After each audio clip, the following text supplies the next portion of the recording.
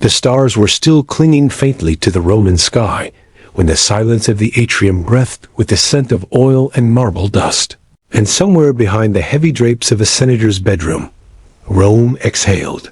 Not the Rome of poets, not the marble-washed ideals of Virgil's pen, or the grandeur echoing through Cicero's rhetoric. No, this was the Rome of cracked sandals and the faint scuttling of slaves' feet. The Rome where the heavy cloak of tradition was stitched not with gold, but with expectation and fear. Today we step not into the bloodied sands of the Colosseum, nor through the clamor of plebeian alleys, but into a quieter hell. The poised nightmare of responsibility and power, silk and steel sewn into the same toga. Today we slip quietly, so as not to wake the dreams of the Republic into the life of a Roman senator. But don't let the title fool you. Senator sounds noble on the tongue, carved from Latin roots and inked on decrees. But the truth is heavier. It's not a badge. It's a burden. A Roman senator is not a man. He is an institution draped in flesh, and his life is not his own. He wakes not as himself, but as the Republic's reflection. And God's help him if that reflection falters. Before the city's crows announce dawn, before the Vestal virgins stir in their chambers, before the plebs raise their voices in hunger or rage, he is awake. Not because he must, but because he cannot sleep. The mind of a senator is not permitted dreams, only calculations, allies, enemies, taxes, grain, games, blood, whispered threats in marble halls, a cousin's betrayal masked in wine, a glance from Caesar that lasts one heartbeat too long, and still he rises. He does not rise alone. Before his feet touch the cool mosaic floor, a slave boy has already lit the oil lamp near his bedside. Another folds the senator's garments, careful not to crease the fibula pin. Somewhere beyond the walls of the triclinium, a kitchen boy stirs barley into goat's milk, humming a lullaby he barely remembers from the province he was taken from. The senator does not see him. He does not need to. His world is ordered, as Rome must be, by class, by blood, by silence. His wife stirs beside him, not with affection, but with precision. A Roman matron knows better than to offer tenderness in the first hour of a senator's stay.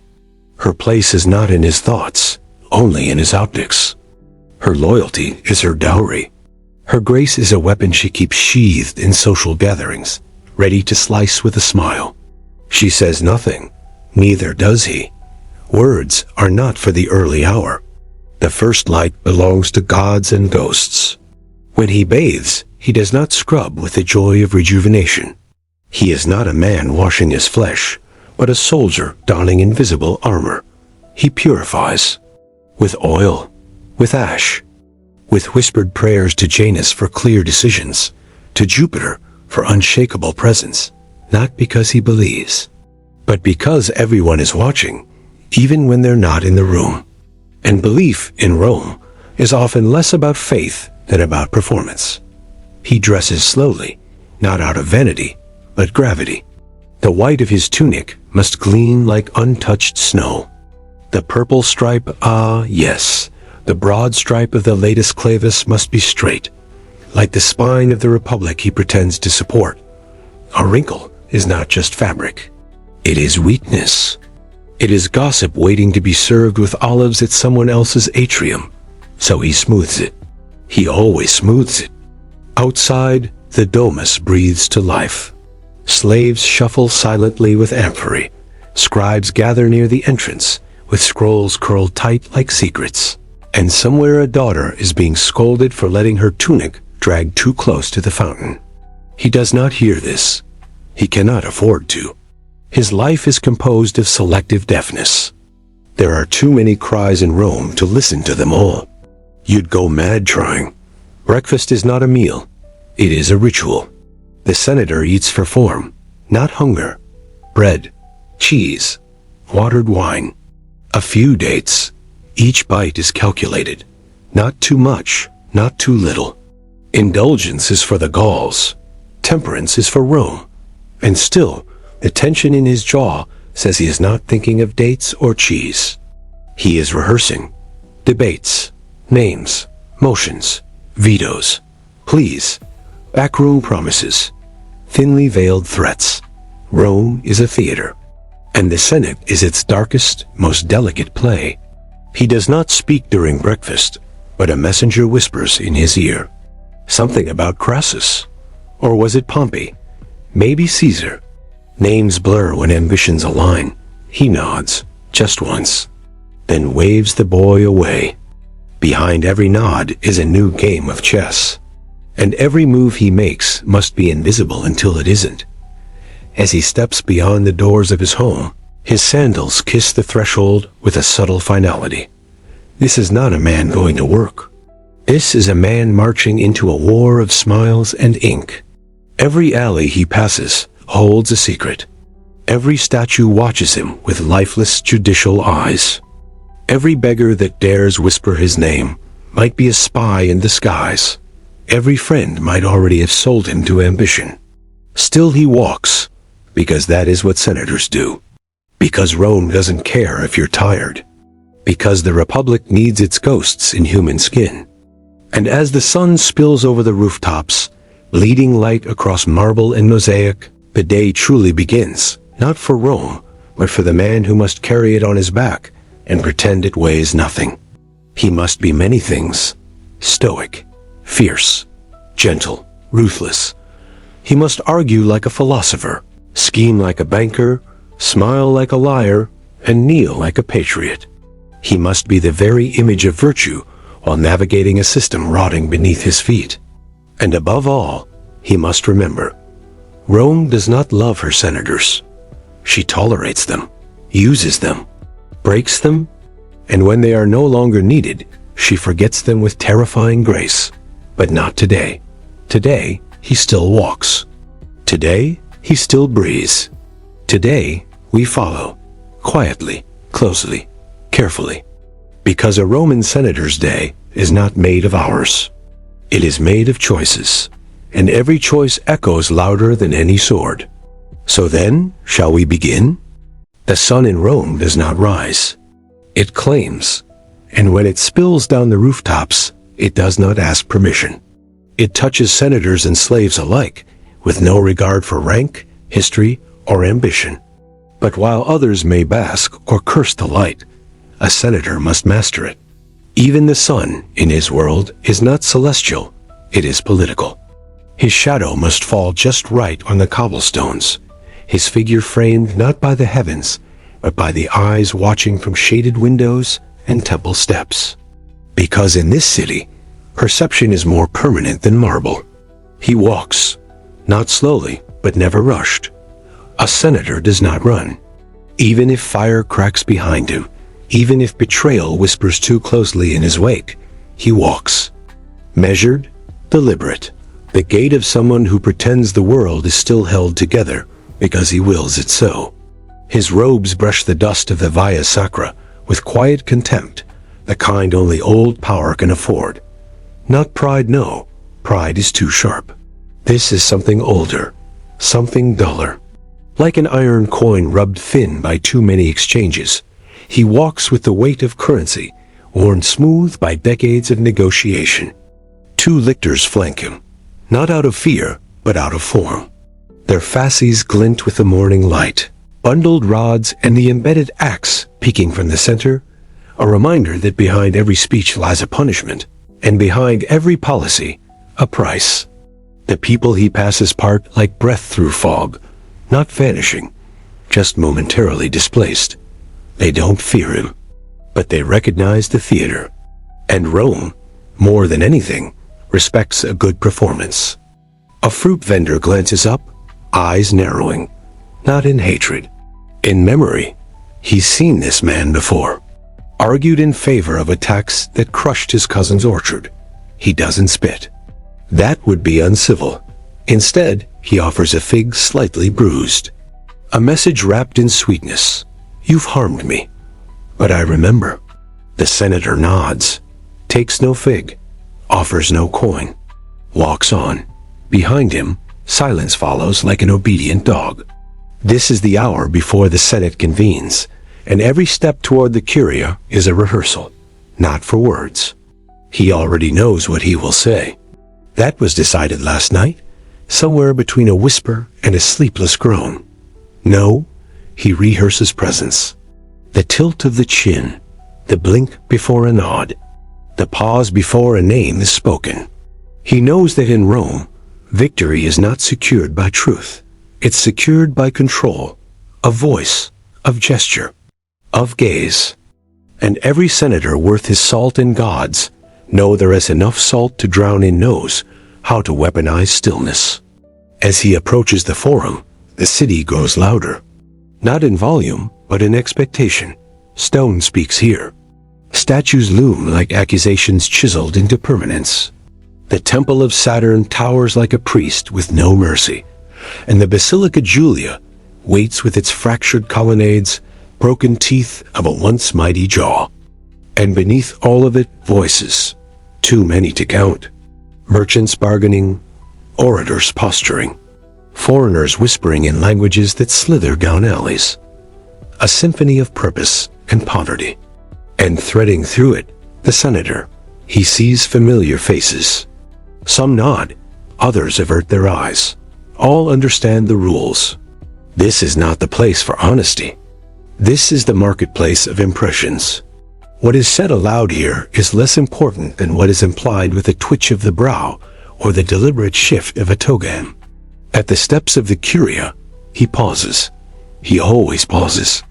There is no written law that demands this stillness, but in his mind, it's ritual. This is where he becomes the full version of himself. Not husband, not father, not landowner, but senator of Rome. One of the few, the burdened, the watched, the blamed. He lets the silence settle, just briefly, as if listening for omens. But there are no birds this morning. Just the weight of air and the rustle of robes as other senators ascend behind him, each one carrying a different ghost on their shoulders. Greed, loyalty, fear, all invisible, all screaming. He enters. Inside, the air shifts. It is colder somehow, as if the stone absorbs not just temperature but humanity. The Curia is not a hall. It is a crucible. The moment you pass its threshold, you are no longer a man with doubts. You are an artifact of the Republic. You are not permitted to break. Not here. Not now. His sandals echo faintly. He takes his seat without a glance. Familiar ground. Familiar war zone. Across from him, faces he's known for decades. Men he debated with, dined with, damned with. Some still smile at him, but their eyes speak a different language now. Shifting alliances, silent vendettas, transactional affection. The consul is already present, adjusting his robe with theatrical precision. A man who smiles too often and smiles too wide. The kind of man who speaks of Rome while measuring how many heads will nod. But the senator does not judge him, because to survive here is to perform. And if your role demands applause, then play it loud. The meeting begins. And just like that, words become weapons. There is no shouting, not yet. That comes later, when decorum gives way to strategy. For now, it is a dance. One senator proposes a change to grain distribution in the southern provinces. Another offers support, but only if certain taxation models are revised in Latium. Another protests, invoking tradition, invoking ancestors, invoking laws written when wolves still roamed the Palatine. The senator listens. Then he speaks. Not loudly, not forcefully, but with that particular cadence that commands attention without asking for it. His words are carefully chosen, not because he fears mistakes, but because in Rome, even a pause can be misquoted. He mentions numbers, but they're not really numbers. They're symbols, metaphors for control. He references a flood 2 years past, grain rot, rising anger in the countryside. He paints concern across his face, not too much, not theatrical, but enough to suggest moral weight. Others nod. Some don't. A few shift in their seats. He has done this long enough to know that agreement is not granted in the room. It is bartered in private, then paraded in public. The Senate is where consensus is displayed, not decided. Still he sows. A senator's true power is not in what he says, but in what lingers after he stops speaking. Like the scent of crushed myrrh on an empty pillow, his words hang in the air longer than they have any right to. The debate moves on. Names are dropped. Caesar is mentioned, always in passing, never directly.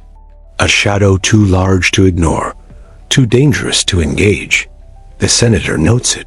Mentions of his movements in Gaul, the rumors of loyalty pledged by the 13th Legion.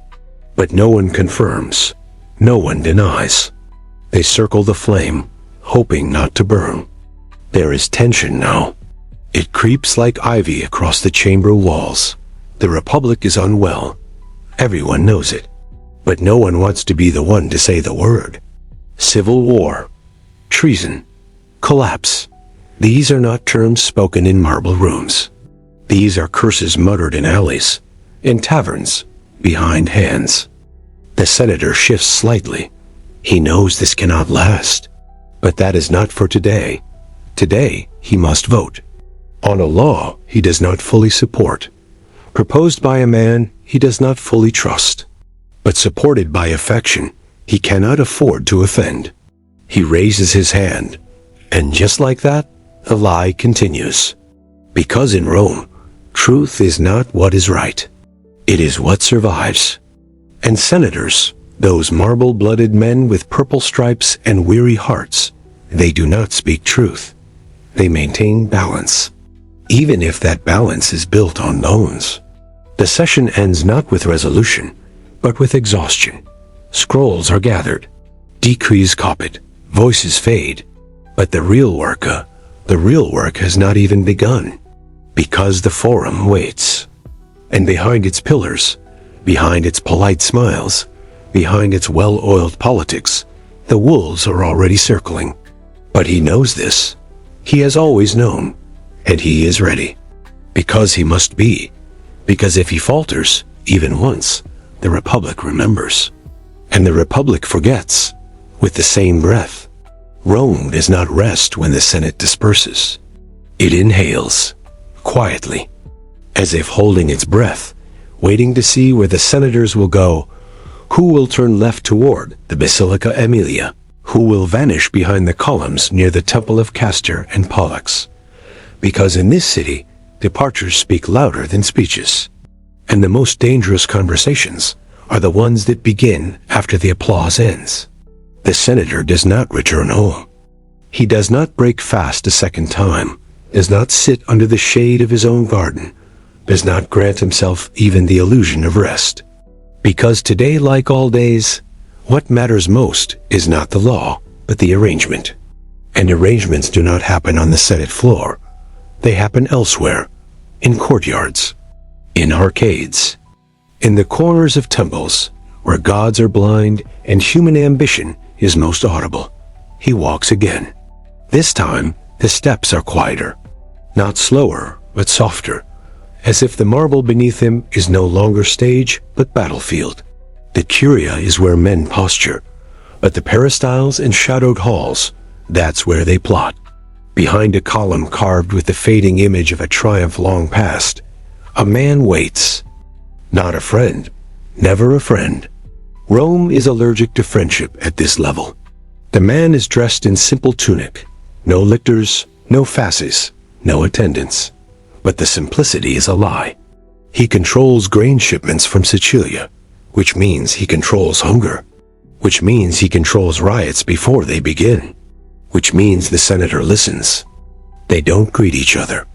Not formally. Their names are known, but unused. Because names tie you to promises, and Rome lives in the loophole between memory and denial. Instead, there's a nod, then silence. Then a shared glance toward a statue of Mars, chipped at the jaw. Perhaps symbolic, perhaps not. In this city, you stop believing in coincidence the day your cousin Isvili burns down and no one recalls why. A man speaks first. A murmur, not a proposal. A suggestion, not a bribe. A whisper about a delay in the grain fleet. Storm tossed off QE. A mention of compensation if the right senator were to discourage panic. The senator listens. He hears more than the words. He hears desperation wrapped in respect, veiled in casualness. He also hears power, which means he also hears risk. He says nothing at first. Then a question, not of loyalty, of timing. The man smiles not with teeth, but with intention. They speak for 3 minutes, no more. But in those 3 minutes, lives shift. Markets tilt. A tribune will receive a letter tomorrow, unsigned but unmistakable. A baker's protest in the Subura will be diffused before it begins. And the senator's influence? Stretched, again, quietly, like oil poured over stone unseen, but impossible to scrub away. When they part, it is as if they never met. The senator continues. And now he is being followed, not by spies, not by blades, but by debt. Not money, he has plenty, but favors, promises, oaths whispered under torchlight, half kept and half forgotten, but never erased. In Rome, a senator is never truly alone. He walks with the weight of every deal made in desperation, every family he saved for optics, every alliance stitched with fraying thread, and all of them walk behind him, silent but never far. He reaches a domus, not his. Wider atrium, polished marble that gleams too aggressively, like a man smiling too hard. This is the home of a man richer than him, not more powerful, not yet. But wealth in Rome is like a tide, give it time, and even the strongest cliffs erode. The senator steps inside. The host meets him not at the door, but midway down the hall. A calculated inconvenience, a signal. You enter on my terms? The senator notes it, files it away. Every gesture is a message. In Rome, even the dust has an accent. They dine, but it is not a meal, it is a negotiation. Grapes and figs and spiced meats paraded by silent slaves who know better than to breathe too loudly. The wine is from Campania. Sweet, red, layered with notes of something he cannot place. The host boasts of its age, its origin, the rarity of the amphorae. The senator smiles with the corner of his mouth and does not listen. Because this is not about wine. This is about the space between compliments. And the host is circling something. He finds it eventually. The request. A marriage. Not for love. Never for love. That's for poets and fools. This is about lineage. 2 houses. 1 bond. An alliance in blood. Unspoken but obvious. The senator chooses meat. Swallows. Asks, how old is the girl? The host chuckles. Young enough to bear sons. Of course. The senator sips wine. He does not answer. Because this is not an answer moment. This is a price tag moment. The host is testing waters. Seeing if the senator's blood is worth mixing. And the senator is weighing the offer not by emotion, but by consequence. Who will rise? Who will fall? Who will whisper about it in the forum? Who will be threatened by such a union? Who will be grateful? He promises nothing. The meal ends. On the surface, nothing has happened. But Rome has shifted slightly, like tectonic plates beneath marble floors. The senator departs, leaving behind only a faint stain of his sandal on the polished tile. And the host watches, already calculating the wedding garments, already speaking silently to the future he just tried to buy. Outside, the sky grows harsh, not darker, but sharper. Roman afternoons are cruel in their clarity. No clouds, no mystery, just heat and expectation. The kind of air that makes secrets sweat. The senator does not return home. He cannot, because to return is to rest, and today, rest is death. Instead, he visits the Temple of Concord. A contradiction, if ever there was one. In a city built on conquest, there is something hilariously tragic about a temple named for harmony. But still, it stands. As all hypocrisies do in Rome proudly, he does not pray. He watches. Other senators enter. Some light incense. Some glance around to see who is watching. Most pretend to be alone, but none are. The walls of this temple are thick with eavesdropping. A priest approaches. Younger, new, still smells of piety. He offers a blessing. The senator accepts it, not because he believes, but because the gesture will be seen. And in Rome, being seen believing is sometimes more powerful than belief itself.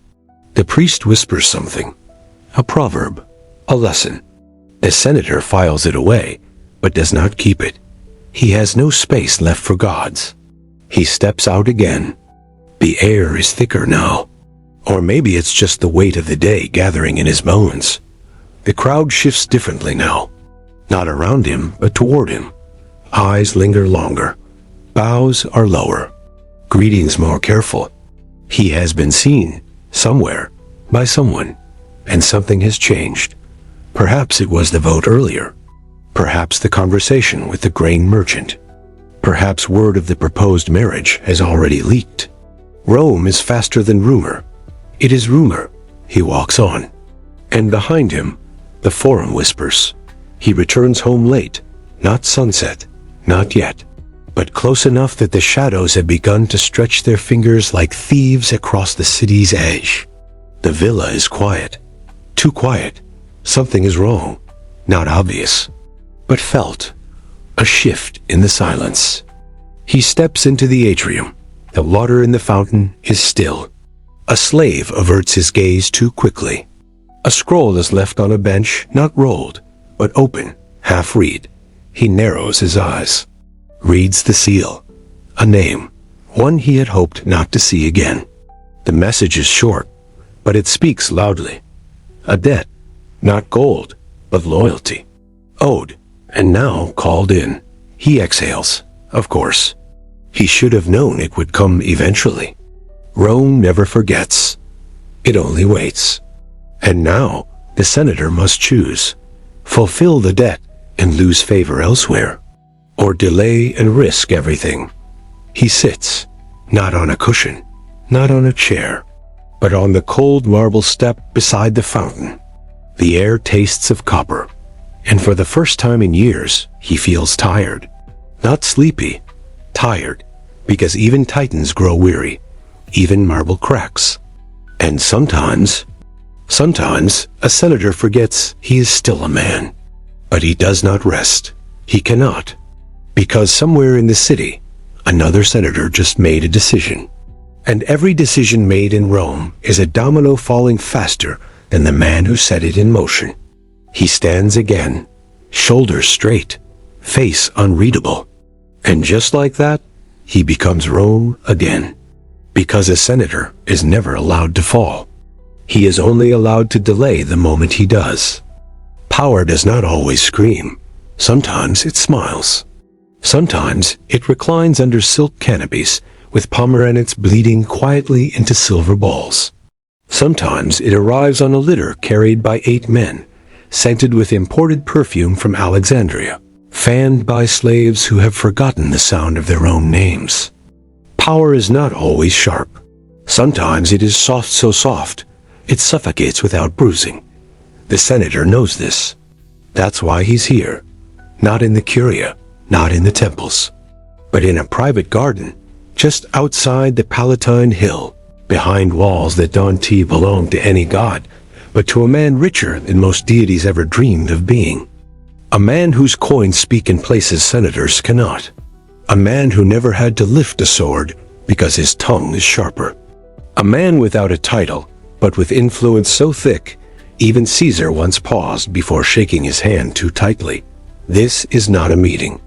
This is not even a negotiation. This is a performance. And the senator? Just another actor. Only this time, the script is written by someone else.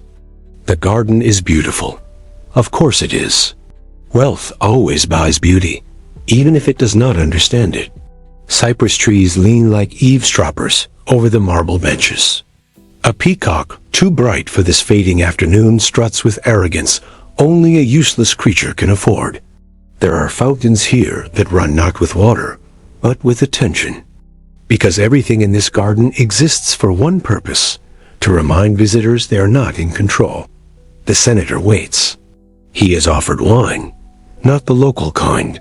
This one tastes of distant coasts and promises not yet broken. He sips once, no more. Anything sweeter would be dangerous. The host arrives. No preamble, no trumpets. Just a shadow moving between columns, wrapped in linen too white to be honest. His smile appears before his voice. And when he speaks, it is not a greeting. It is a measurement.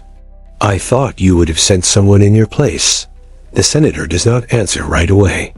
Because haste is currency, and he's not interested in spending any just yet. I prefer to hear threats with my own ears. It's not a joke. But it's also not a challenge. It's a mirror. Let's both pretend we're equals, even though we're not. Let's dance in the illusion of respect, even though this garden swallows truth whole. The host laughs. It's not warm. They sit. There's no agenda. There never is. That's how the most dangerous conversations begin. With olives. With nods. With casual commentary on the way the forum seemed busier today. Then, slowly, the edges begin to show. It's about a trial. Of course it is. Some equestrian accused of fraud. The senator knows the case. Knows it's real. Knows the man is guilty. Knows the man also has a brother on the priestly council and a cousin in the grain trade. And now, it seems, a protector. I've heard the jury is leaning toward conviction, the host says, as if discussing the weather. Are they? The senator replies, as if he hadn't spoken to 3 of them just last week. Another smile, this one more patient. A slow tightening of the leash. It would be unfortunate, the host continues, if Rome began punishing success. The senator lets that hang, like smoke, like incense, like a question that no one will answer, because everyone already understands. Then the offer comes, not money, not overt. No Roman senator would stain his hands with silver, not directly. But perhaps a donation, a festival, a promise that a temple in the senator's district receives generous funding. For the gods, of course. For the people. The senator sighs. Not because he's offended, but because he's tired of this game, of this play, of this endless rebranding of corruption into generosity. He speaks slowly. If the man is innocent, he'll walk free. The host's eyes narrow, not in anger, but in disappointment. You used to be more flexible. No, the senator replies. I used to be more desperate. There's a pause, not long, but long enough to write volumes. Then, another shift. The host changes subject gracefully, effortlessly, as if the prior conversation never existed. This, too, is Rome. A place where compromise hides behind civility, where guilt is forgiven if cloaked in public service, where reputation is more durable than truth. They speak of other matters, a play at the theater, a new shipment of mosaics from Greece, the rising price of imported wheat, all of it carefully selected to remind the senator that influence exists in every syllable, that those who speak lightly often carry the heaviest blades. By the time he departs, the senator has made no promises, but he has made an impression. And in Rome, sometimes that's enough to buy peace. For now, the sun is lower now. Rome begins its transformation. From marble to firelight, from policy to pleasure, from performance to indulgence. This is when the true division of classes becomes visible. When the rich seal their gates, when the poor gather by public fountains, when the streets smell of wine and something darker. The senator should return home. He does not. Instead, he visits a domus far removed from the Palatine, smaller, older, not unclean, but modest. Here, There are no guards, no statues, no peacocks. Inside, an old man waits, not family. Something older than that. A mentor, a disappointment, a relic. Once this man held office. Once his voice carried in the curia. Now he limps when he walks, and his name appears only in footnotes. But the senator visits him. Still, not out of duty, not out of sentiment, but because memory matters. And because forgetting those who fell is the first step to becoming them. They do not embrace. Romans do not do that. But their eyes meet, and that is enough. They speak of nothing important. And yet, everything said is a lesson. The old man warns him gently about the grain merchant from earlier. Says he remembers his father. Untrustworthy, dangerous, generous only when watched. The senator nods. He knew this. But hearing it aloud gives it shape. They drink water, not wine. They share olives, plain. And for one brief moment, the senator remembers why he wanted this life. Not for glory, not for marble, but for impact. To shape, to protect, to matter. But that was long ago. Before the costs revealed themselves. Before he learned that shaping Rome often meant bleeding for her. He leaves after an hour. Says nothing of gratitude. That too would cheapen it. The night has fallen fully now. Torches flicker. Shadows multiply. And Rome becomes the creature she truly is. Not a city. A maze of ambition. Of ghosts. Of wounds that never close. He walks slower now. Not from fatigue, but from caution. Because night in Rome does not forgive the careless. And every corner is a rumor with teeth. He passes a group of young men drunk, laughing too loudly. Sons of someone? Perhaps future senators. Perhaps future traitors? It's hard to tell at that age. Their laughter carries, and he hears a name mentioned. His, followed by a joke. He doesn't stop. He doesn't look. Because dignity in Rome is often confused with distance. He arrives at the edge of a market square. Deserted now, but he remembers. Years ago, a riot here. Blood on the stones. A boy trampled. A woman's sandal left behind, forever stained. He remembers speaking afterward calmly on the Senate floor. About order, about law, about the importance of strength. He remembers being applauded. He remembers hating himself for it. Because that day, something inside him shifted. Not broke, shifted, and he has never found the center again. Now the square is quiet, but he feels it. Still, the echo. Rome never forgets. Only the senators do. He breathes, and continues. Almost home. Almost. But before he reaches his door, a figure emerges from the shadows. Not threatening, but deliberate. A woman, veiled. He knows her. Of course he does. Because Rome is small for those who play the same games. She's no wife, no mistress, no lover. She's worse. A truth teller. She works with the poor, with the ones no one sees. She has no vote, no title, but she has stories. And sometimes stories kill faster than swords. She says one sentence. That's all. A boy died today in the Subura. Your tax crushed his father's trade. There was no bread. Then silence. She waits. But the senator has no answer. Not because he doesn't care, but because he doesn't know how to anymore. He nods, once, and that, somehow, feels worse than denial. She walks away.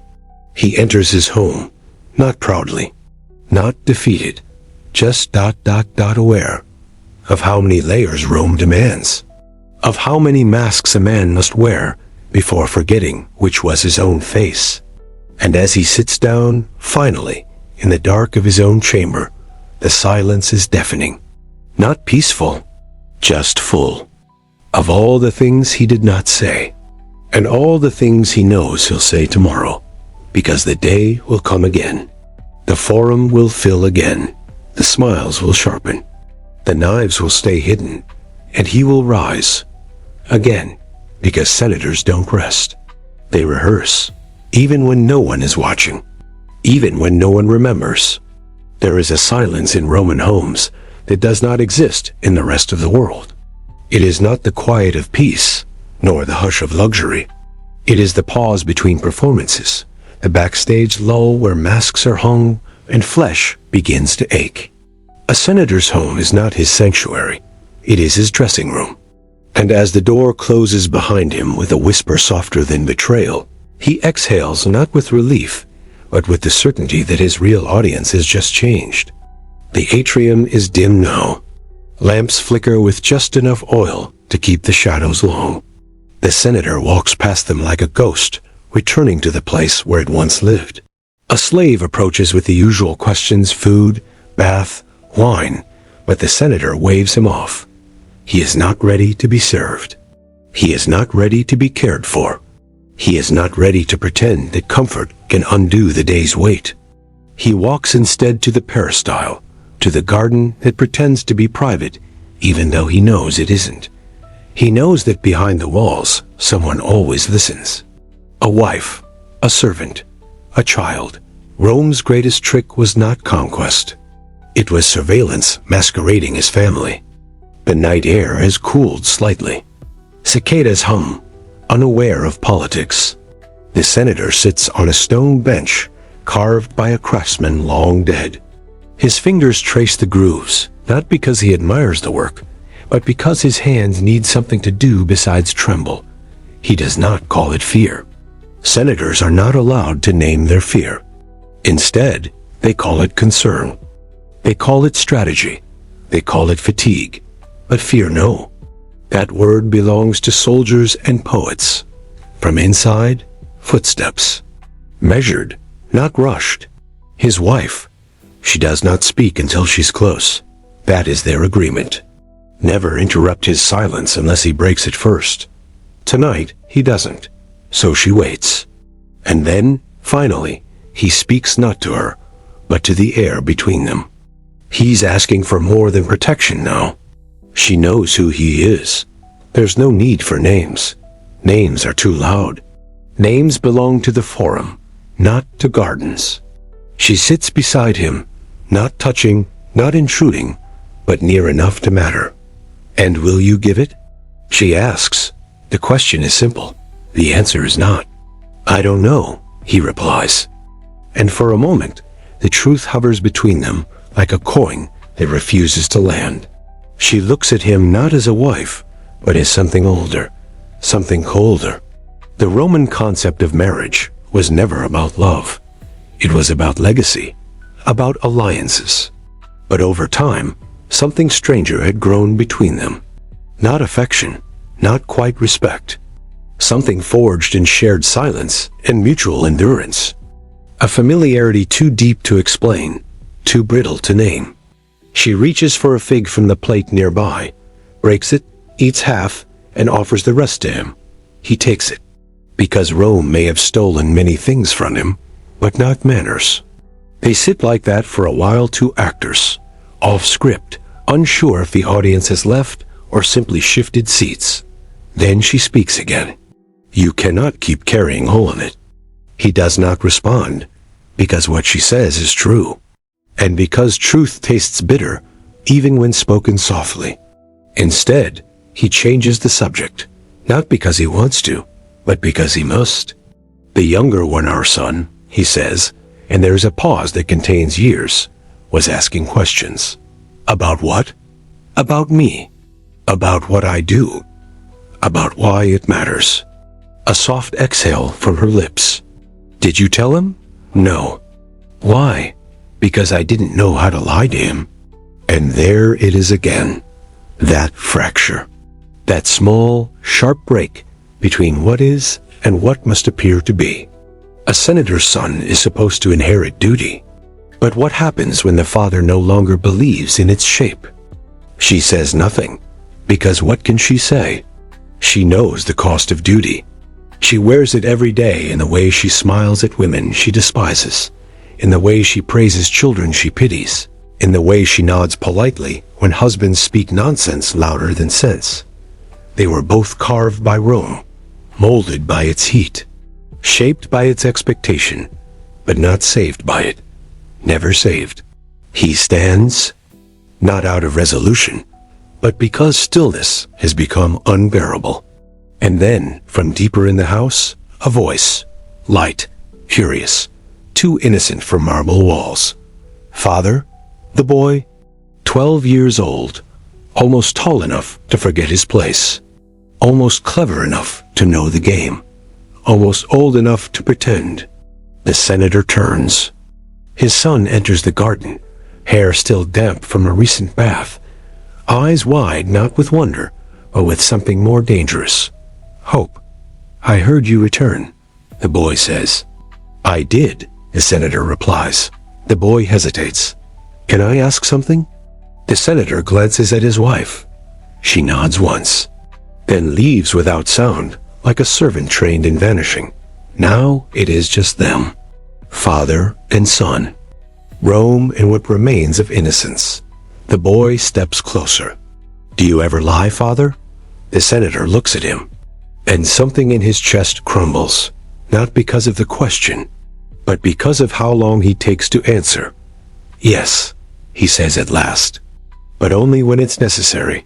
The boy processes that. Then, with a seriousness that does not belong to 12 years, he says, How do you know when it's necessary? The senator sits again, waves the boy to sit beside him, and for the first time in hours, he speaks not as a senator, but as a man who once believed things could be simple, when telling the truth would destroy more than it reveals. The boy nods slowly, then quietly. Is that what happened with the Subura boy? The senator freezes, just slightly, but enough. You heard. I listen. The senator stares ahead. The garden no longer looks beautiful. It looks staged. A mask, even in leaves. He died because his father could not pay the new tax, the boy says, voice not accusing, just stating. And the tax passed because you voted yes. The senator does not answer, because now, nothing he says will be clean. The boy watches him, then says the worst thing a child can say to a parent, I understand, because he doesn't, not truly. Not yet, but he's learning to say that early. Learning to fold himself into the shape expected of him. Learning to trade clarity for strategy. And the senator sees it happening, like watching a mirror fog from the inside. I'm tired, the boy says, finally. Go, the senator replies. The boy leaves. And with him, something else leaves too. Something the senator cannot name, only feel. Like the ghost of a better man he might have been. Alone again, he looks to the sky. But there are no stars tonight, only clouds. And perhaps that's for the best, because the gods, too, are watching. And he is not yet ready to be seen. Some men are haunted by the things they've done. Roman senators, however, are haunted by the things they didn't do. Not the sins committed, but the silences maintained. The moment they looked away, the hand they didn't raise, the scream they ignored beneath the stone arcades, while speaking eloquently of unity and grain reserves. It's not guilt, it's something older, something remung. A kind of ritual forgetting that buries conscience beneath custom and lets the marble statues grieve in your place. The senator didn't sleep that night. He didn't even pretend to. His bed remained cold, his thoughts unmade. Somewhere, a dog barked beyond the Esquiline wall, and the sound echoed too cleanly, as if slicing through the very veil of dreams he'd given up chasing. He lay still for hours, not resting but rehearsing replaying conversations, rewinding gestures, watching his own words move across the Senate floor like chess pieces he could no longer control. He rose before dawn, not out of discipline, but out of dread. Because the most dangerous thing in Rome is an idle mind, and the second most dangerous is time to reflect. He dressed without assistance. This, too, was rare. The slaves knew better than to interrupt when the domus was still cloaked in the heavy quiet of before light. He walked barefoot across the mosaic tiles of his study, stopping by the small statue of Minerva near the window cracked at the base. Leaning slightly forward as if she too had grown tired of standing upright in a world full of imbalance. He whispered nothing to her. She wasn't listening. He left before the house stirred. The streets of early Rome are not what poets write about. A smell of last night's wine, urine, and regret. Empty stalls moan in the wind, still damp with dew. The alleys have not yet remembered to be dangerous, and for a brief hour, the city forgets it is a predator. He walked alone, hooded, wrapped in the kind of anonymity only the rich pretend they can afford. No lictors, no staff. Just the sound of sandals against wet stone, and the breath of a man who cannot remember the last time he walked without purpose. But there was purpose now. He was going back. Not to the Curia, not to the Forum, but somewhere deeper. Older, the Subura. The very place from which the whisper had come about the boy, about the tax, about the death no one would dare name on record. It was not an act of redemption. He wasn't foolish enough to believe in such things anymore. It was something more, Ramon. It was calculation, buried inside curiosity, wrapped in a need to see. Because somewhere inside his gut, something had begun to shift. Not a revolution, just a question. He arrived just as the vendors began to stir.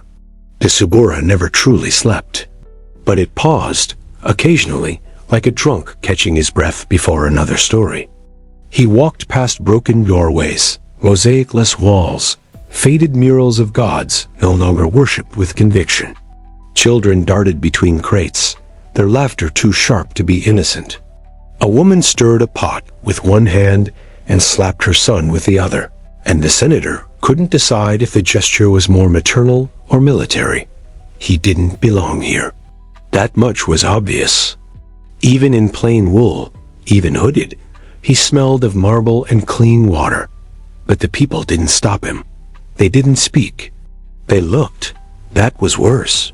He found the stall. Empty now, dusty. Blood still stained one corner of the wood. This was where the boy had helped his father sell onions and garlic and pride. Now only silence remained. An old man stood nearby, pretending not to notice him. But the senator approached anyway. "You knew the boy?" he asked. The old man didn't answer at first. Then, everyone knew him. He ran like he was chasing Mercury, fast, always laughing. Made the other boys jealous. The senator nodded once. A small thing. A ridiculous thing. His father? He asked. The man shrugged. Gone. Where? Does it matter? And there it was. The knife, not sharp, but perfectly placed. The senator stayed a moment longer, eyes locked on a spot just above the stall, as if the ghost of the boy might reappear if stared at hard enough. But ghosts don't obey senators. Not even Caesar's does. He left. Not quickly. Not slowly. Just carrying something heavier than when he'd arrived. Back through the alley. Back past the smells. Back into the city that pretends to forget. But his feet did not take him home. They carried him somewhere stranger. To a house few knew he still visited. To a woman even fewer knew existed. Not a mistress. Not a concubine. Not scandal. Something worse. Truth. She was waiting when he arrived. Of course she was. She always knew. Hair pinned, eyes sharper than most blades drawn in battle, she stood not like a lover, but like a ledger. And he hated how much he needed her. You came, she said, not with surprise, but with the kind of knowing that makes liars flinch. I needed to see. You saw? I did. She poured wine. Not as a gesture of hospitality, but as punctuation. Every conversation between them was a sentence written in blood and vintage. You're not here for comfort, she said. No. You're not here for solutions either. No. Then why? He took the cup, held it, Didn't drink. Because I don't know what's left of me anymore. Silence. She sat across from him. Then let's find out, she said. And just like that, they began the ritual. Not of love, not of lust, but of unmasking. She asked questions, hard ones. Not about laws or taxes or trials, but about moments. When did you stop believing in what you say? When did you first choose silence over truth? When did the Senate become more important than your son? When did power start tasting like ash? He had no answers. Only fragments, memories, echoes of decisions made too quickly, too politically, too late. And she didn't comfort him. She didn't forgive. She didn't reassure. She did what Rome never dared. She reflected. And in her, he saw himself. Not the senator, not the orator, but the boy who once thought greatness meant goodness. They didn't speak for a long while. The wine remained untouched, the room filled only with the breath of honesty. And when he finally stood to leave, she said the only thing that mattered. Do something, or stop pretending you care. He didn't reply. He simply left. Because the truth doesn't need to be acknowledged. It just needs to be faced. Back outside, Rome had fully awakened. Voices swelled. Carts clattered. The city moved forward, oblivious. And the senator, he walked. Not toward the Curia, not toward home, but into the next choice, whatever it be. Because today wasn't done with him yet, not even close. There's a peculiar cruelty in watching Rome go about her business after you've been gutted by her. The streets don't bend. The crowds don't part. The aqueducts still hum their stone-buried lullabies. The baker still throws flour like it's sacred. The senators still posture with velvet tongues. And the women still buy perfumes to distract from truths no oil could cleanse. Rome doesn't mourn. She absorbs. She digests. And then she demands again. And so the senator walked. To a city that did not flinch, did not blink, did not care. Not because it was heartless, but because it had seen too many hearts already broken. Too many statues fall and rise again. Too many men whisper vows to gods they did not believe in before sunrise, only to stain their hands by sundown. Rome had no more room for sentiment. She offered only spectacle, and you could either perform or perish. A senator passed by the Circus Maximus, not by accident. The city was preparing for games again, as it always did when the tension in the Senate grew too taut, and the mob needed distraction. And tension had been rising. You could taste it in the wine. In the way, tribunes argued too long over trivial notions. In the way, soldiers near the gates tightened their grip on Glady, with eyes that no longer bothered pretending loyalty. In the way even Caesar's name was spoken now, with the reverence of a storm not yet overhead, but close enough to wet the air. He paused by the eastern arch, watching workers paint fresh crimson banners above the entryways. A color of celebration, of course, but also the color of everything Rome was built on. Blood, passion, hunger, and control. He watched a group of young men in pristine togas strut past, laughing too loudly, speaking too recklessly. One of them was quoting Lucan poorly, and the others nodded as if they'd understood, which they hadn't. The senator remembered a time when he'd walked like that, before his voice had thickened with doubt, before he learned that speaking beautifully mattered far less than speaking strategically. They were being groomed, not for truth, but for theater. The future senators of a Rome that might not exist. He moved again, this time toward the theater of Pompey, because today wasn't about speeches, it was about seeing, about understanding which masks were being worn, and more importantly, which ones had begun to crack. The theater loomed large, not just in stone, but in significance. The Senate sometimes met here, under the guise of practicality, though everyone knew it was about loyalty. Pompey had built it for the people, yes, but carved into its marble were the names of men who had traded ideals for insurance. Its corridors whispered power in octaves no scribe could transcribe. He didn't enter through the front. He never did. There was a side entrance, once meant for performers, now used only by those who understood the value of being unnoticed. Inside, he moved through cool halls where frescoes of Bacchus looked down with mockery that felt all too personal.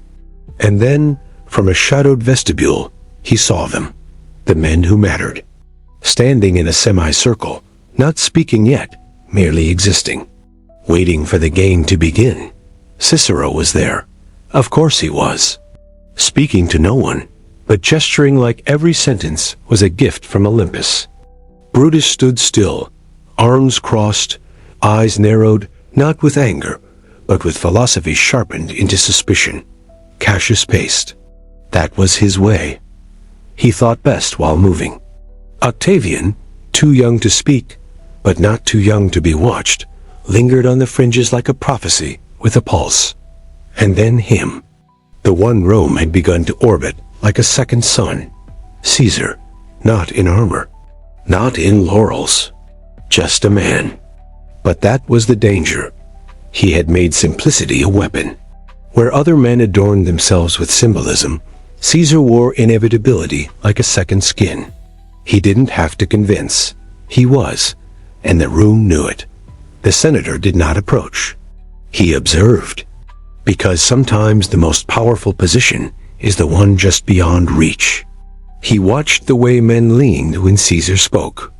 The way they tilted ever so slightly forward, like grass bowing toward sunlight.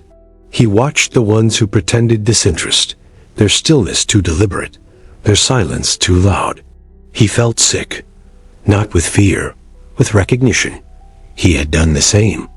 Once, believed in a man more than a system, believed in strength as a shortcut to justice. And now he wasn't sure, because Rome no longer felt solid. It felt scripted, like a stage no longer concerned with the play, only with applause. And Caesar? He was rewriting the script, with every nod, with every absence, with every silence that echoed louder than any decree. The senator turned before he was seen. He couldn't stay. Not here. Not now. Not with the weight of the Subura still in his bones, and the woman's words still unspoken inside his mouth. Do something, or stop pretending. He stepped into the light again. And this time, he didn't walk aimlessly. He walked toward the archives, a small building, easily overlooked. But within its walls, the breath of Rome was documented, catalogued, sealed in wax, and forgotten by all but the most diligent. He greeted the clerk, a quiet man with a face like parchment. The senator asked for scroll-specific ones. Edicts on taxation, records of grain shipments, transcripts of voting sessions. He wasn't looking for inspiration. He was looking for patterns, for proof, for a crack. Because somewhere in these scrolls, the truth lived. Not the philosophical truth, but the legal one, the kind that could be weaponized, the kind that could cut the marble without staining the hand. Hours passed. Light shifted on the walls. He didn't notice, not until the clerk returned, hesitant. There's someone waiting outside, he said. Who? The clerk whispered the name, and the senator's blood didn't chill. It boiled, because the name was one he had erased, or thought he had. The man waiting was once a friend, now a reminder. They met outside, between two columns cracked with time and ivy. The man did not smile. He went straight for the wound. You're losing yourself. The senator didn't deny it. Then why keep dancing? The man pressed, because stopping means falling. Maybe it's time you fall. That was when the senator realized something. He wasn't being warned. He was being invited to rebel, to choose a side, to believe again. And gods, he wanted to. But belief was expensive. And he had a family, a name, a son who still said I understand even when he didn't. So he said nothing. And the man left. Not angry, just resigned, like a soldier who'd watched too many comrades trade armor for togas. The senator stood there long after he'd gone, eyes closed, breathing the dust. Then he turned slowly and whispered to himself, "Not yet, because the day wasn't over, and the reckoning would come. But not yet. There is a moment, known only to men who serve too long, when one stops asking whether a thing is right and begins to wonder only if it is survivable." The senator stood still in the shadows of the archive pillars, long after his old friend had vanished into the crowd, long after the words had stopped echoing, but the meaning hadn't. Something inside him had tilted, not enough to break, but enough to no longer sit straight. He did not return home. He could not. Home tonight would feel like betrayal wrapped in domestic civility. The lamps would burn too calmly. The food would arrive too predictably. And his wife, as silence, so long an ally, would remind him of everything unspoken that now threatened to erupt between them. So he walked, past the stalls now emptied of fruit and voices, past the temples being locked by acolytes too young to doubt the gods, past the whispers of Rome's lesser streets, where betrayal sometimes took the shape of laughter. The city was beginning its descent into that golden hour illusion, the hour where even dirt glows. It was beautiful, and it was lying. Rome always lies before it devours you. He found himself back in the Forum, as if summoned not by design, but by gravity. The Curia loomed ahead, already closed, its facade bathed in amber light, its steps too clean for a place that housed so much filth. He didn't climb them, not tonight. He didn't need to stand above anything anymore.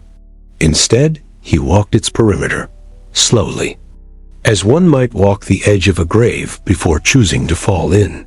Along the northern wall, beneath the shadow of the Temple of Saturn, he paused, not because he was praying. That instinct had long since burned out, but because this was where, years ago, he had made a decision that had changed everything and no one had noticed. Not then, not now. It was a small vote, a procedural matter, a temporary measure to appease a faction no longer relevant. But it had laid the first brick in a road that would later drown hundreds in grain riots. It had taught him something, that consequences are never immediate in Rome. They slither, they molt, they disguise themselves as other men's fault. But eventually, they come home. A boy had died this week. A merchant had vanished. A woman had confronted him with more honesty than a room full of senators could manage in a decade. And still, he stood, still calculating, still balancing, because that's what senators do. They measure collapse, not to prevent it, but to time it, to know when to step back and when to let others fall first. And that was the poison he had swallowed too early in life. The belief that the Republic could only be saved by those willing to manipulate it. But manipulation is a slow rot, and now he couldn't remember what the original shape of Rome had even been.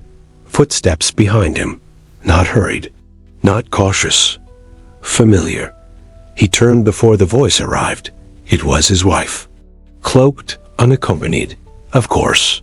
She never played her role the way others did. They didn't speak at first. They just looked at one another, like strangers who shared a secret neither had chosen. "You didn't come back," she said, as if reporting the weather. "I couldn't," he replied, as if that explained anything. She nodded. Not in agreement, but in inventory. She walked past him, then sat on the steps beneath Saturn's gaze. It took him a moment before he followed. No one spoke, not for a while. Then she asked, "Do you remember the boy who threw the stone?" He blinked, not because he didn't remember, but because he hadn't expected her to. "Which one?" he asked, knowing full well which one she meant. 6 years ago, outside the grain office, your guard wanted to punish him. He did remember. A child, maybe 10, furious that his mother had been pushed aside in line. The stone had struck no one. But the fury in the boy's eyes that had landed. "I let him go," the senator said quietly. No, she corrected. You ordered them to let him go.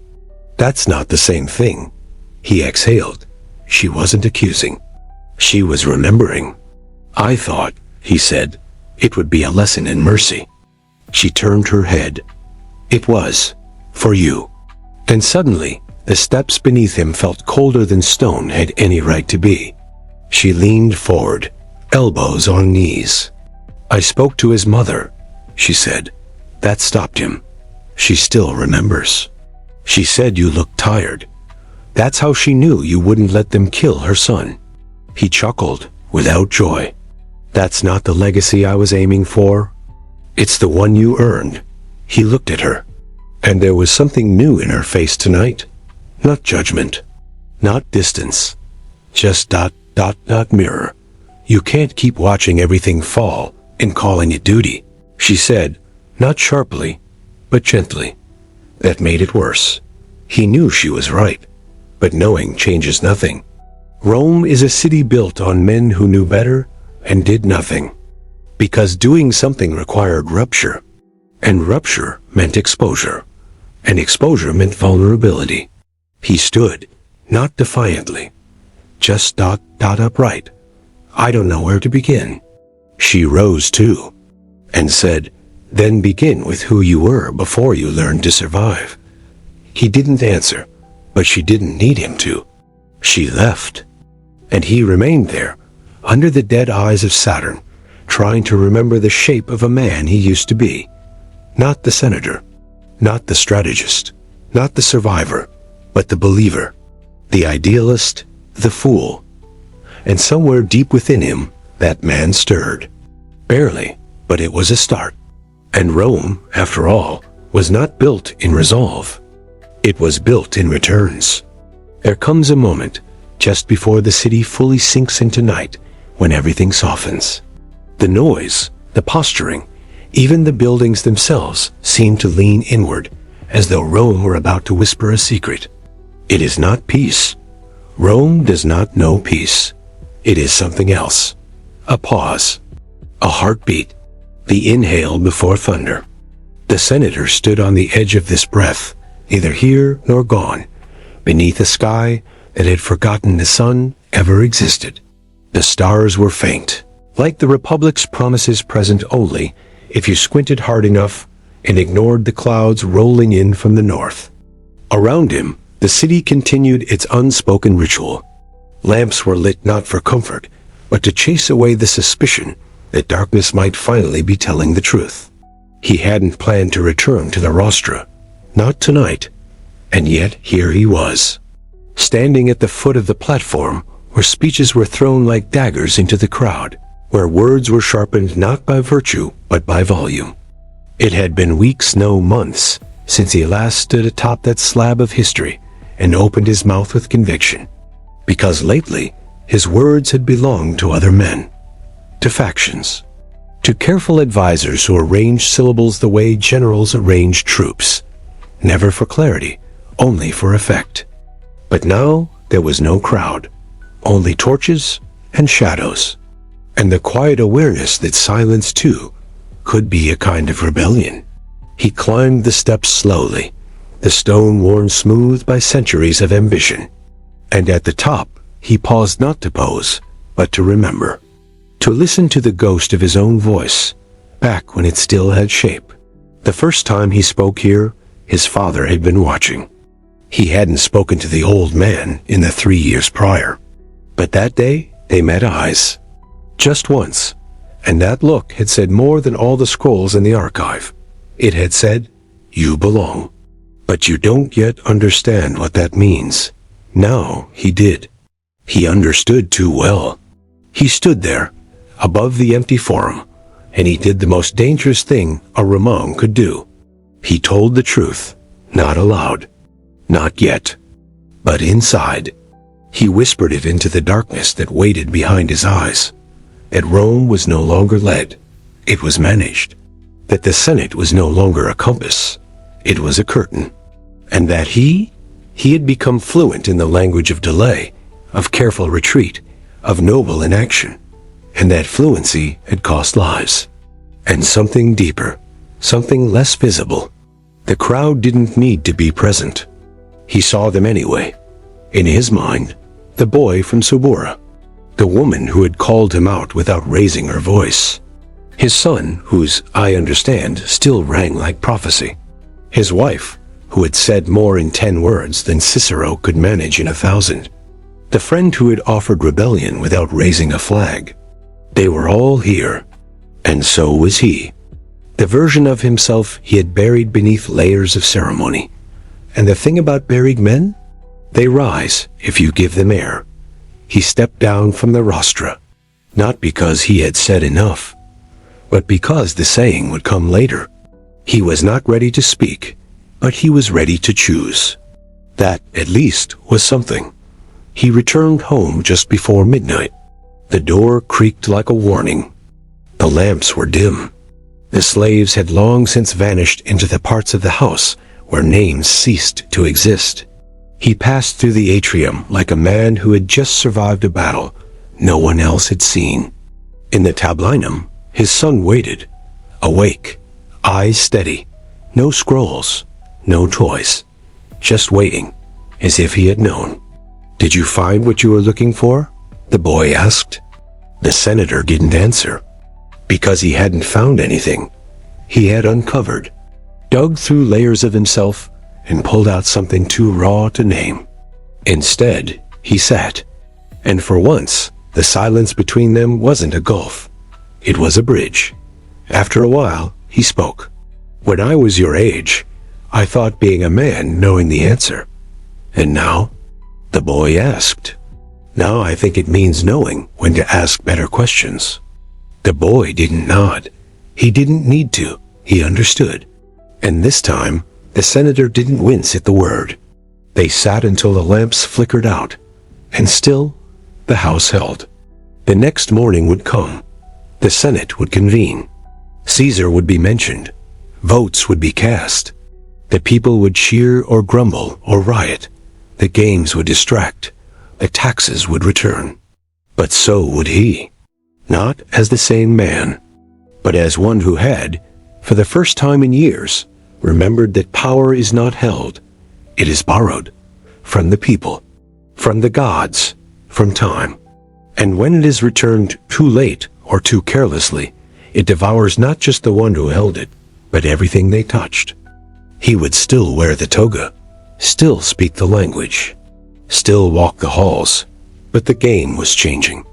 And this time, he would not play to survive. He would play to end the game. Not for glory, not for legacy, but because Rome was watching.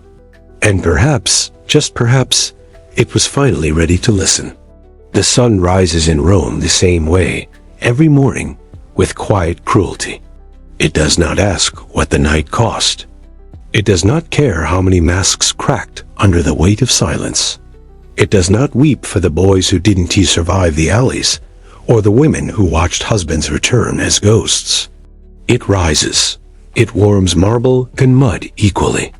It reflects off the gilded rooftops of senators and the piss-stained gutters of beggars.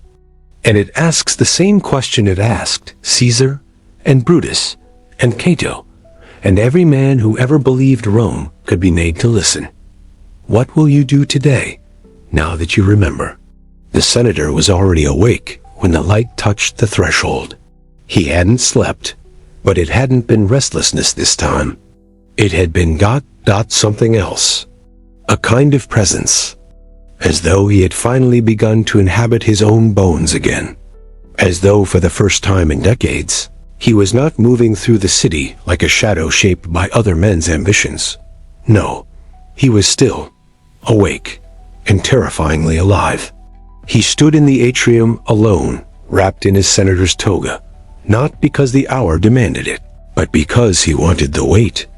He wanted to feel every thread of purple, every fold of whiteness that pretended to symbolize virtue, but had so long been a shroud. He didn't wear it as a costume today. He wore it like armor, not because he was protected, but because he had stopped pretending protection mattered. The house was silent. Even the slaves knew to avoid him this morning, but not out of fear, out of reverence. Because every man who breathes differently, every man who carries himself like he has finally stopped lying to himself, sends a kind of signal into the air. The dogs sense it. The birds hush for it. And even the walls, yes, even the stone, seemed to lean closer. He walked, not with urgency, not with dread, but with the kind of stride that turns into history when no one's looking. The forum was still stretching its limbs when he arrived. Merchants cursing at broken wheels. Scribes yawning behind their tablets. A mother shouting after a child with a bruised knee and an armful of stolen apples. Rome being Rome. Beautiful in her noise. Terrible in her indifference. He passed by men who knew his name but forgot his face. Others bowed more deeply than usual, unsure why. A few avoided his eyes altogether. He felt none of it. Because when a man stops fearing what people say behind his back, the whole city becomes strangely quiet. The Senate steps greeted him like they had every day impersonal, indifferent, and sacred. They had seen better men than him rise and fall.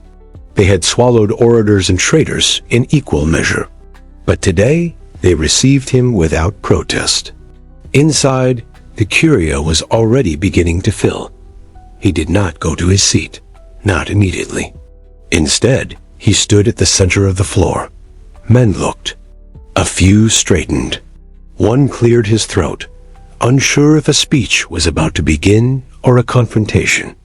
The consul raised an eyebrow, but said nothing. And the senator, he stood. He stood without speaking, without raising his hand, without calling for silence. And slowly, impossibly, the room fell still. Because they knew. They didn't know what they knew. But they felt it. That something had shifted in the fabric of the performance. That today, the mask was off. And that meant something dangerous was about to happen. He did not speak of laws. He did not read from scrolls. He did not offer amendments or procedural points. He told a story. About a boy who died. About a tax that was never meant to hurt, but did. About a vote cast in silence that echoed louder than the loudest decree. He told it plainly. No rhetoric, no polish, just truth. And it fell over the room like a fog that didn't lift.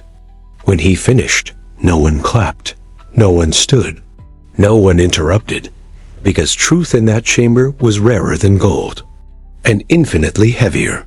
He left the chamber before the consul could reclaim the floor. And that walk, the walk from the center of the Senate to the threshold, that was the real speech. Because he didn't look back. Because he didn't wait to be challenged. Because he had said what needed saying, and let the city do what it would with the bones. Outside, the light had changed. Brighter now, less forgiving. He passed the rostra again, but didn't mount it. Not today. He wasn't interested in applause. He was interested in alignment, in finding out if Rome could still be nudged toward decency. Not by force, not by fire, but by example. A foolish hope. But then again, Rome had been built by fools who believed pigs could fly, and kings could be expelled, and senators could be honest. He returned home by midday. No procession, no fanfare, just dust on his sandals and salt behind his eyes. His wife was in the garden. She didn't speak, just looked. And he nodded. Once, and that was enough. Later, his son came. And they didn't talk about politics. They talked about olive trees. About how roots grow, even when you don't see them. About how some trees bend toward the sun, even if they start broken. About how pruning isn't cruelty, it's hope. And for the first time in his life, the senator realized something. He wasn't trying to save Rome anymore. He was trying to plant something inside it that would survive after it inevitably fell. Not monuments, not titles, but memory. A boy who remembers that his father once stood in the forum and told the truth. That's all. That's everything. That night, he slept, truly slept. No ghosts, no guilt, no calculation. Just the quiet breathing of a man who had finally walked his full circle. Rome would go on. It always does. It would burn, eventually. It would kneel to emperors. It would forget the names of men who once held it upright by sheer force of will. But for now, in one small domus, on one fleeting night, Rome had remembered itself. And maybe, just maybe, that was enough. Or was it? Was there ever enough in a city that devoured greatness just to feed itself another day? Can a man ever be remembered by more than the ruins he leaves behind? Can silence ever scream loud enough to echo through centuries? Or do we all become shadows on mosaics, waiting to be swept by the next empire's broom? The senator didn't have the answers, but he had finally found the courage to ask the questions. And sometimes, in Rome, that is the most revolutionary thing a man can do. Thank you for walking with me through this day. If you're still here, perhaps the story wasn't only about a senator. Perhaps it was also about you, and the Rome you're still living in. Rest well, my friend. The Forum will still be there tomorrow.